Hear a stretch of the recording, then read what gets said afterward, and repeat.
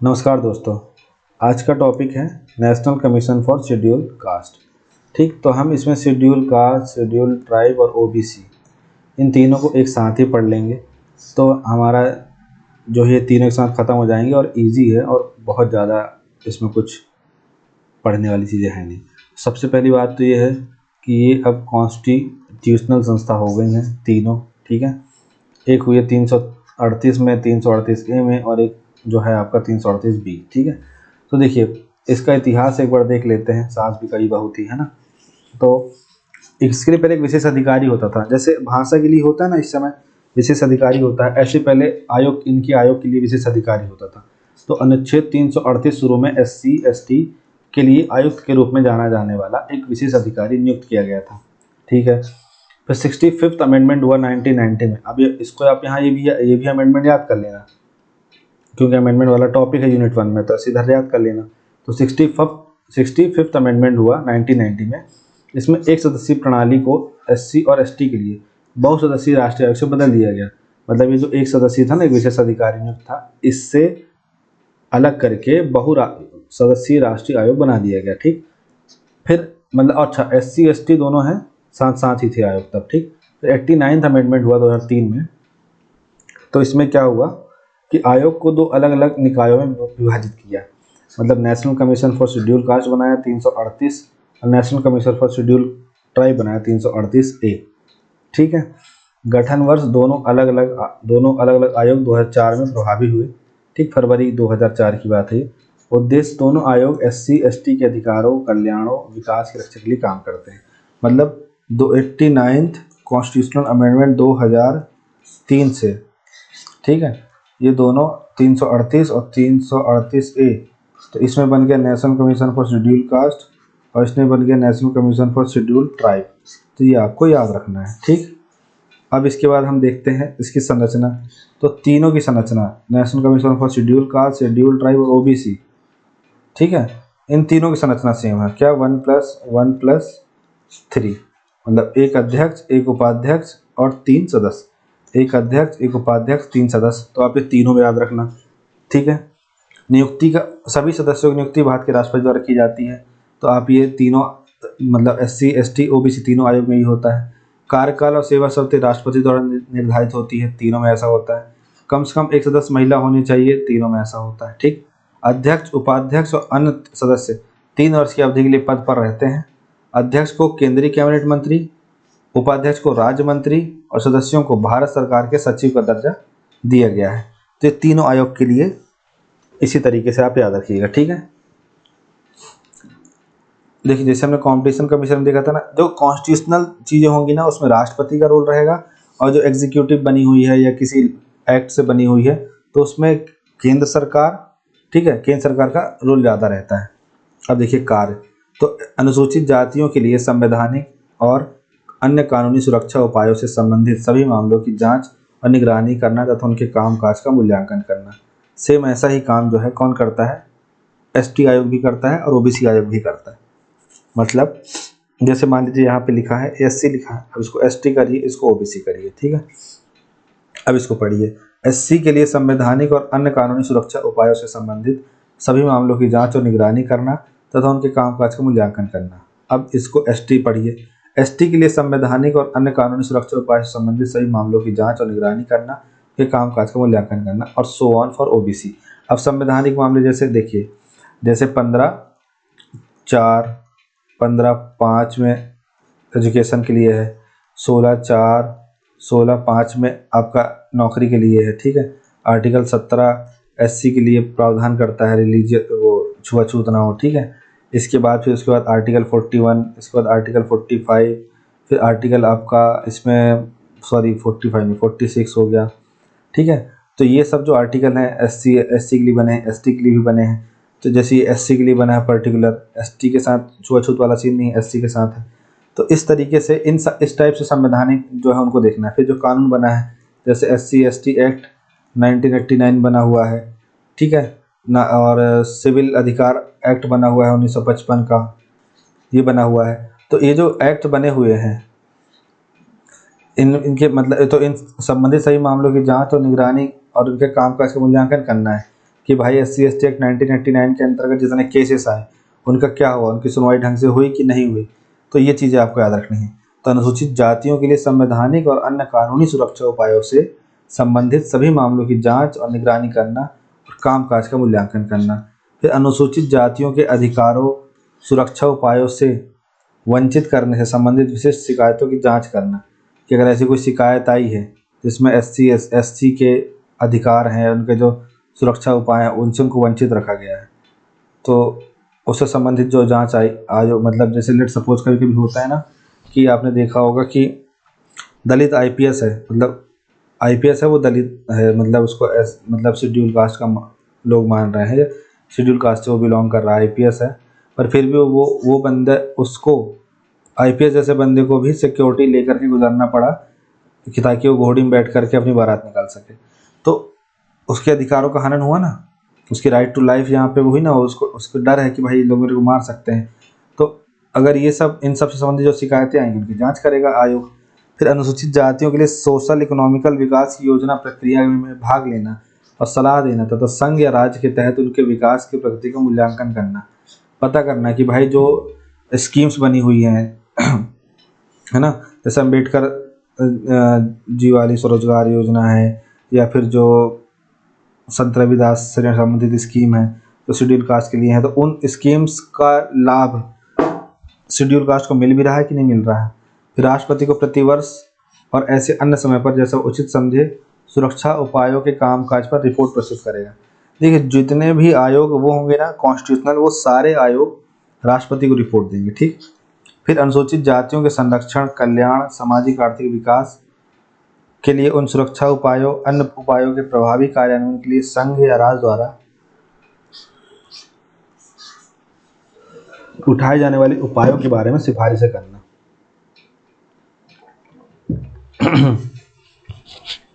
इसके अलावा वर्ष 2018 तक आयोग को अन्य पिछड़े वर्ग के संबंधों में भी इसी प्रकार के कार्य करने की आवश्यकता थी। 102वें संशोधन एक्ट 2018 द्वारा ऐसी जिम्मेदारी से मुक्त कर दिया गया। तो मैं ये कह सकता हूँ क्या कि यहाँ पे अगर आप SC की जगह ST लिख दें और पूरा सब सेम लिखें, और SC/ST हटा कर फिर OBC वहाँ लिख दे, तो फिर सब कुछ सेम लिखे तो चल जाएगा ना। ऐसा ही करना है। हम मल्टीपल एक चीज़ को पढ़ते रहेंगे तो आप फिर ऐसे में इतने सारे जो 10 कमीशन है कैसे याद होंगे। तो 3 कमीशन तो ऐसे ही याद हो गए। कंपटीशन कमीशन क्या करेगा आपको पता चल गया। फिर national commission for schedule caste, schedule tribe, OBC, ये आपको मैंने इजीली समझा दिया। इन दोनों में आपको एक ही आर्टिकल, वो अमेंडमेंट याद रखना है, 89 2003, ठीक है, ये आपको याद हो जाना चाहिए। इसके अलावा इसका आर्टिकल है 338, इसका आर्टिकल है 338A, इसका आर्टिकल अब यहाँ आगे आ जाएगा। तो ये मतलब समझिए 4, हमने एक ही पढ़ा और हमारे 2 और कवर हो गए। तो 1 2 पढ़े, हमारे 4, हमारे पास 4 आयोग जो है याद हो गए। अब शक्तियाँ क्या है, तो प्रक्रिया विनियमन, मतलब national commission for schedule caste के पास अपनी प्रक्रिया को विनियमित करने का अधिकार है। सिविल कोड की शक्तियाँ, जांच करते समय national commission for schedule caste के पास सिविल कोड के समान शक्तियाँ होती हैं, जिनमें शामिल हैं शपथ पर लोगों को बुलाना और उनकी जांच करना, ठीक है।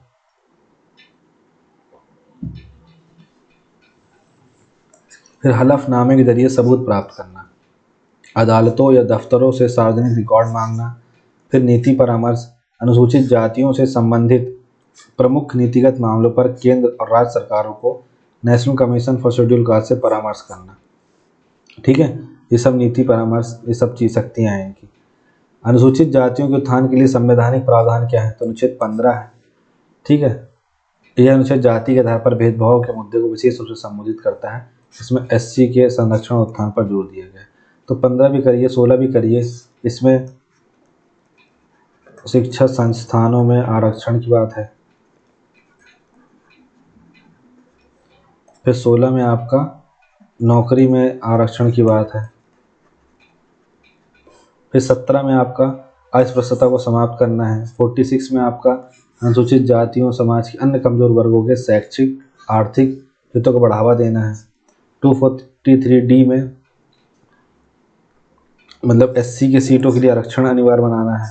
243T में ये क्या करना चाहता है, अनुसूचित जातियों के लिए सीटों का आरक्षण सुनिश्चित करता है, ये नगर पालिकाओं में करता है। फिर 330 और 332, तो अनुच्छेद 330 और 332 में एससी और एसटी के लिए लोकसभा राज्यों की विधानसभा में सीटों का आरक्षण करता है। तो जैसे आप देखिए मध्य प्रदेश में 230 विधानसभा सीट है, ठीक है, और मध्य प्रदेश में 16% के आसपास हाँ 16 नहीं, मान ली 21% के आसपास रहते हैं, ट्राइब्स रहते हैं, और 16% के आसपास में भी शेड्यूल कास्ट रहते हैं। तो लगा लीजिए कितनी सीट रिजर्व होगी, 10% होगा 23, और 23 का आधा होता है 230 का आधा हुआ, मतलब 10% हुआ आपका 23, ठीक है। फिर 23 का आधा कितना होगा, 12 के आसपास मान लीजिए, तो मान लेते हैं 11, तो 34 से 35 सीट के आसपास शेड्यूल कास्ट के रिजर्व होगी सीट एमपी में, ठीक है। ऐसे 29 लोकसभा सीट है, तो इसमें से सीटें रिजर्व होंगी। तो ये सब चीज़ें याद रखिएगा आप। 330 में लोकसभा में एससी के लिए, और 332 में मतलब अनुसूचित जातियों की लोकसभा राज्यसभा की विधानसभा में क्रमशः सीटों का आरक्षण। तो 330 के तहत होता है एससी के लिए, 332 के तहत एसटी के लिए होता है, ठीक है। अब हम देखते हैं एनसी एसटी के कर्तव्य और कार्य क्या है। तो हमने शुरू में देखा ना कि गठन एनसी एसटी मतलब national commission for scheduled tribe के कर्तव्य और कार्य क्या है। तो स्थापना 2004 में हो गई, अनुच्छेद 338 में संशोधन करके 89वें संशोधन अधिनियम 2003 के माध्यम से संविधान में नया अनुच्छेद 338 ए जोड़कर की गई। यह एक संवैधानिक निकाय है, ये याद रखना है आपको। कार्य क्या है, संविधान के तहत या किसी अन्य कानून के तहत सरकार के किसी आदेश के तहत एसटी के लिए प्रदान किए गए सुरक्षा उपायों से संबंधित सभी मामलों की जांच और निगरानी करना, एसटी के अधिकारों और सुरक्षा उपायों से वंचित करने के संबंध में विशिष्ट शिकायतों की जांच करना, एसटी के सामाजिक आर्थिक विकास की योजना प्रक्रिया में भाग लेना और सलाह देना तथा उनके विकास की प्रगति का मूल्यांकन करना। आयोग राष्ट्रपति को उन सुरक्षा उपायों के संचालन पर वार्षिक और आवश्यकतानुसार रिपोर्ट देगा। ऐसी रिपोर्ट में उन सुरक्षा उपायों के प्रभावी कार्यान्वयन के लिए संघ या किसी राज्य द्वारा उठाए जाने वाले उपायों के बारे में सिफारिशें करना। राष्ट्रपति संसद द्वारा बनाए गए किसी कानून के प्रावधान के अधीन नियम द्वारा एसटी के संरक्षण, कल्याण, विकास, उन्नति से संबंधित किसी भी अन्य कार्य का निर्वहन कर सकते हैं। तो ये आपको याद रखना है जो हमने उधर पढ़ा था। क्या प्रावधान है, कोई परिभाषित मानदंड नहीं। भारत की संविधान एसटी को मान्यता देने के लिए विशिष्ट मानदंड निर्धारित नहीं करता। पहले इसे पिछड़ी जाति जनगणना 1931 रूप में जाना जाता था। 366 के खंड 25 में संविधान के उद्देश्य के लिए अनुच्छेद 342 के तहत निर्दिष्ट समुदायों के रूप में एसटी को परिभाषित करता है। 342(1) राष्ट्रपति राज्यपाल से परामर्श के बाद किसी राज्य या संघ शासित प्रदेश में एसटी को निर्दिष्ट कर सकते हैं। 5वीं अनुसूची मतलब जो इस फलाने, जैसे मान लीजिए ए ट्राइब है तो इसको वहाँ के शेड्यूल ट्राइब लिस्ट में ऐड कर सकते हैं। फिर राज्यों, 6ठी अनुसूची वाले राज्यों को छोड़कर राज्यों में अनुसूचित क्षेत्रों के प्रशासन और नियंत्रण के लिए प्रावधान करती है 5वीं अनुसूची। 6ठी अनुसूची स्वायत्त जिले परिषदों के साथ असम, मेघालय, त्रिपुरा, मिजोरम में आदिवासी क्षेत्रों को कंट्रोल करती है। फिर कुछ वैधानिक प्रावधान है। नागरिक अधिकार संरक्षण अधिनियम 1955, एससी एसटी अत्याचार अधिनियम 1989, पेशा एक्ट 96 और फॉरेस्ट राइट्स एक्ट 2006। तो ये सब प्रावधान है एससी के लिए, एसटी के लिए। अब हम देखते हैं ओबीसी के लिए। तो 2 आयोग, काका कालेकर आयोग 50 के दशक में, बीपी मंडल आयोग 70 के दशक में पिछड़े वर्गों की पहचान के लिए स्थापित किया गया। इंदिरा साहनी केस हुआ 92 में। सुप्रीम कोर्ट ने पिछड़े वर्ग के समावेश के लिए एक स्थायी निकाय के निर्माण को निर्देशित किया। National commission for backward class अधिनियम 1993 के तहत नेशनल कमीशन फॉर बैकवर्ड की स्थापना हुई। 123वां संशोधन बिल आया 2017 में। पिछड़े वर्ग के हितों की बेहतर सुरक्षा के लिए एनसीबीसी को संवैधानिक दर्जा के लिए पेश किया गया। 2018 में 1993 के अधिनियम को निरस्त कर दिया गया और national commission for backward class को संवैधानिक दर्जा प्राप्त हुआ। 102वें संविधान संशोधन एक्ट 2018 ने national commission for backward classes को संवैधानिक दर्जा दिया। कार्य क्या करती है ये? एससी एसटी का उत्थान, ओबीसी का, सामाजिक और शैक्षिक रूप से पिछड़े वर्गों के लिए शिकायतों और कल्याणकारी उपायों की जांच करना। संरचना क्या है इसकी? 5 सदस्य होते हैं इसमें, ठीक है। जैसे हमने देखा 1+1+3, सभी की नियुक्ति राष्ट्रपति करता है। राष्ट्रपति आयोग के सदस्यों का कार्यकाल सेवा शर्त निर्धारित करता है, ठीक। आर्टिकल 340 जो है सामाजिक और शैक्षणिक रूप से पिछड़े वर्गों की पहचान करने, उनके उत्थान के लिए उपायों की सिफारिश करने का प्रावधान करता है। 342 में एसटी के लिए है ऐसा। 338 B national commission for backward classes को शिकायतों का समाधान करने वाले पिछड़े वर्गों के लिए कल्याणकारी उपायों की सिफारिश करने का अधिकार देता है। 338 बी में national commission for backward classes का मेंशन है। 342 ए राष्ट्रपति को राज्यपाल के परामर्श से राज्यों और केंद्र शासित प्रदेशों में पिछड़े वर्गों को निर्दिष्ट करने का अधिकार देता है। रोल ऑफ पार्लियामेंट, पिछड़े वर्ग की सूची में किसी भी संशोधन के लिए संसद द्वारा अधिनियमित कानून की आवश्यकता होती है। फिर 102वां संशोधन 2018 338 बी और 342 ए को जोड़ा गया और पिछड़े वर्गों को परिभाषित करने के लिए अनुच्छेद 366 में बदलाव किया गया। इसमें परिभाषा वगैरह है, ठीक है। तो ये हमको याद रखना है। अब कुछ शक्तियाँ और कार्य हैं वो देख लीजिए। तो सुरक्षा उपायों की निगरानी, वही जो हमने उधर देखा था कि जो एससी एसटी के लिए संवैधानिक प्रावधान है या कुछ कानूनी नियम है, तो ऐसे ही ओबीसी के लिए अगर कुछ है तो उनकी सुरक्षा उपायों की निगरानी करना है। फिर सलाहकार की भूमिका, तो पिछड़े वर्गों के लिए जो कोई सामाजिक आर्थिक विकास पर सलाह देना है या कुछ सामाजिक आर्थिक स्कीम चलानी है तो उसके लिए क्या होगा, सलाहकार की भूमिका का काम करेंगे ये। राष्ट्रपति की रिपोर्ट, तो राष्ट्रपति को रिपोर्ट करेंगे। राष्ट्रपति को आवश्यक समझे जाने वाली वार्षिक रिपोर्ट ये क्या करेंगे, संसद में प्रस्तुत करता है जो राष्ट्रपति, तो राष्ट्रपति को देंगे। फिर राज्य सरकार की रिपोर्ट राज्य सरकार को देंगे। राज्य से संबंधित मामलों के लिए आयोग संबंधित राज्य सरकार को प्रासंगिक रिपोर्ट प्रतियां भेजता है। कल्याण और विकास, राष्ट्रपति द्वारा निर्दिष्ट पिछड़े वर्गों की सुरक्षा, कल्याण, उन्नति से संबंधित कार्य करता है। सिविल कोर्ट की शक्तियां प्राप्त है। मामले की जांच करते समय एनसीबीसी के पास सिविल कोर्ट के बराबर शक्तियां प्राप्त हैं।